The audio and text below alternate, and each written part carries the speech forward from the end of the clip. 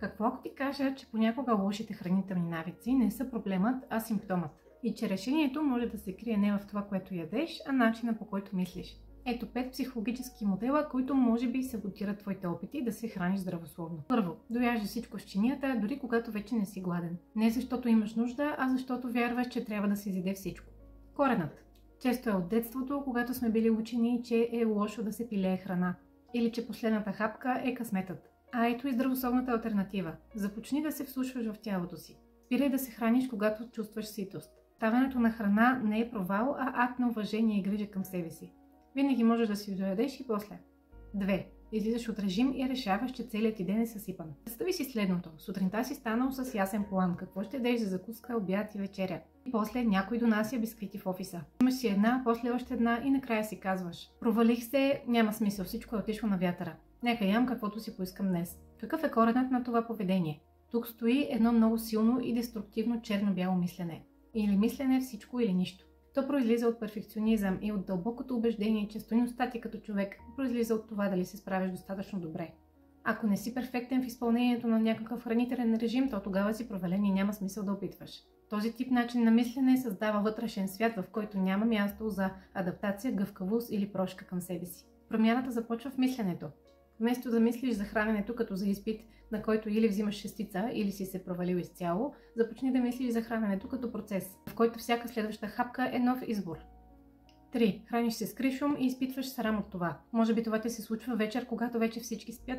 Какъв е коренът на това поведение? В основата му почти винаги стои срам, дълбоко убеждение, че правиш нещо неприемливо. Този срам е наследен още от детството.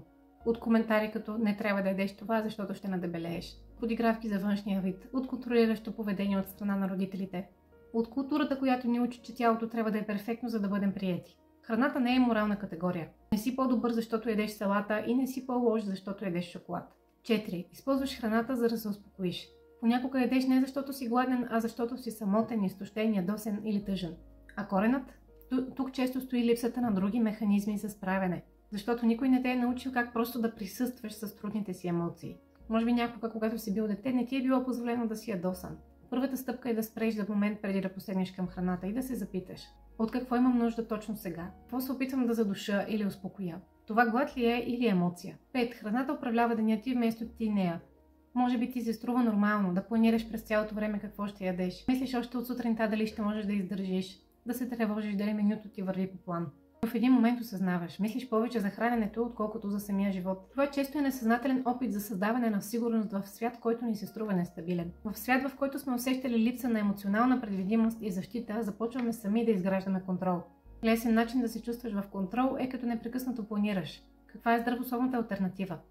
Вместо да се питаш какво ще ям, попитай се как искам да се чувствам днес. Какво ми носи радост? Храната е важна, тя носи енергия, удоволствие, връзка с другите и не е единственият източник на контрол и смисъл.